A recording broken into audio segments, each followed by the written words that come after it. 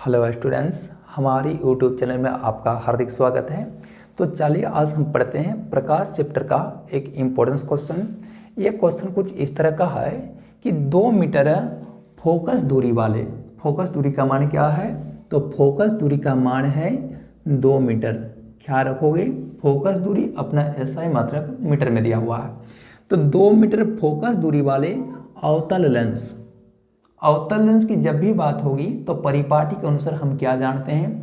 अवतल लेंस की जो फोकस दूरी होती है वो ऋणात्मक या नेगेटिव मानी जाती है, जबकि उत्तल दर्पण की जो फोकस दूरी होती है उसका चिन्ह पॉजिटिव या प्लस में माना जाता है। तो यहाँ अवतल लेंस की बात आई है तो इसलिए इसकी फोकस दूरी का मान क्या होना चाहिए? यहाँ पर ऋणात्मक चिन्ह को धारण किए हुए होना चाहिए।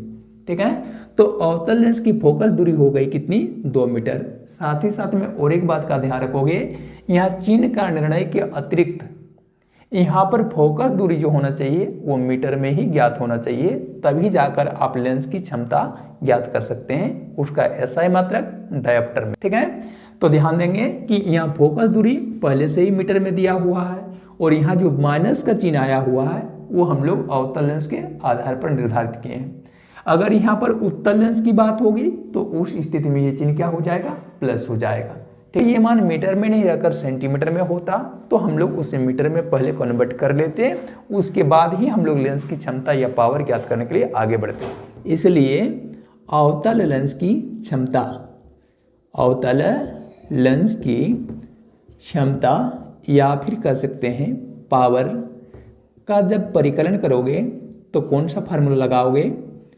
तो किसी भी लेंस की जो क्षमता होती है वो क्या होती है? 1/f के सूत्र से ज्ञात की जाती है। ठीक है, जहां पर f का अर्थ संबंधित लेंस की फोकस दूरी से है। अब क्या करना है? यहाँ पर लेंस की क्षमता 1/f के जगह पर कितने मान रख देनी है? -2 मीटर का मान रख देना है। अब इनको हल कर लोगे तो अंश में देखोगे 1 की राशि है और हर में 2 की राशि है, तो उस स्थिति में क्या होगा?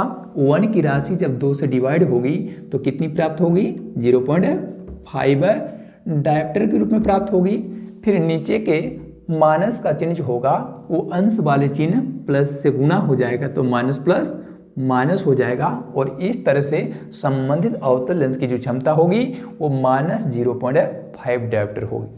ठीक है, इसमें देखोगे एक चीज की किसी भी लेंस की क्षमता अगर माइनस में आ जाए तो आपको समझना चाहिए कि वो लेंस अवतल लेंस है, और अगर किसी लेंस की क्षमता प्लस में आ जाए तो समझना चाहिए कि वो लेंस उत्तल लेंस है। तो यानी यहाँ पर प्राप्त चिन्हों के आधार पर भी किसी एक लेंस की पहचान किया जा सकता है। ठीक, नेक्स्ट रोज में अन्य इंपॉर्टेंस कॉन्सेप्ट लेकर हम आपकी सेवा में पुनः हाजिर होंगे। फिलहाल आज की क्लास यहीं पर ओवर करते हैं। Thank you, all the best.